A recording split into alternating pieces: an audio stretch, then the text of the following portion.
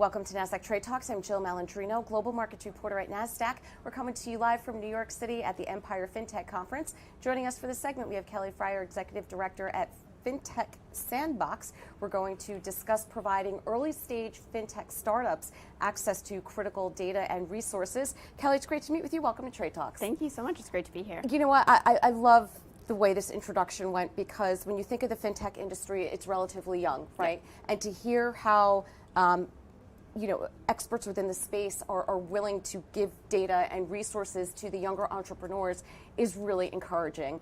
Tell us more about Fintech Sandbox. Sure. So Fintech Sandbox is a nonprofit that enables early stage fintechs to build product by giving them free access to data. So if you think about a personal finance app or an investing tool or even an AI model, a lot of them need a lot of financial data sets, stock information, news, other data sets just to build and power that. But those data sets are really, really expensive.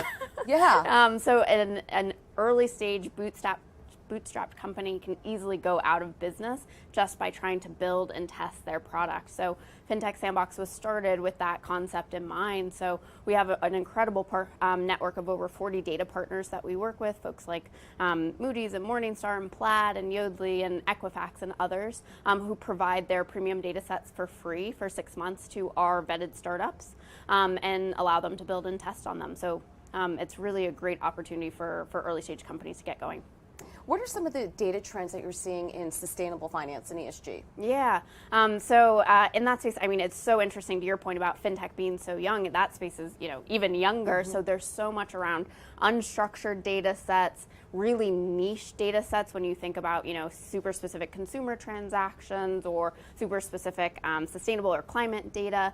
And so what you're really seeing is startups who are looking for really quality, transparent, unbiased data, which sounds so like such a big ask, and right. Which it is.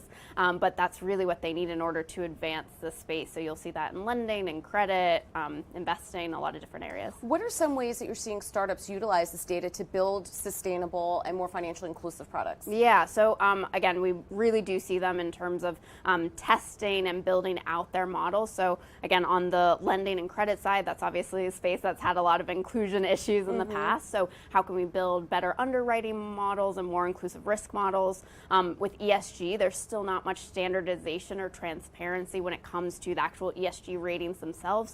So we see a lot of startups who are trying to create their own ratings or even, take existing ratings and kind of manipulate those and offer more data into that market. On the investing side, you see companies that are using news and stock data to train more unbiased AI models. You're seeing it trying to build more everyday people into kind of investment trends that have been going on for years that, everyday people haven't been able to access.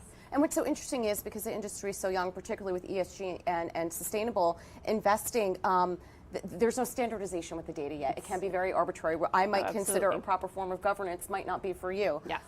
So as this continues to evolve, and hopefully we'll see some more standardization, these data sets are only going to get more sophisticated. Yes, that's what we're hoping. Yeah. We're hoping to see more data sets that come into the space. So that way, again, as you're, if I'm looking at governance one way, you're looking at it a different way. The more data that we have that's focused on governance can help us to each train our models to really fit our unique and customized lens of that. So we're hoping we see more and more, and that, again, they grow more sophisticated as time goes on. Oh, sounds super exciting. Yeah, I can't wait to see how this evolves. Kelly, thanks so much for joining us on Trade Talks, and thanks for joining me. I'm Jill Malandrino, Global Markets Reporter at Nasdaq.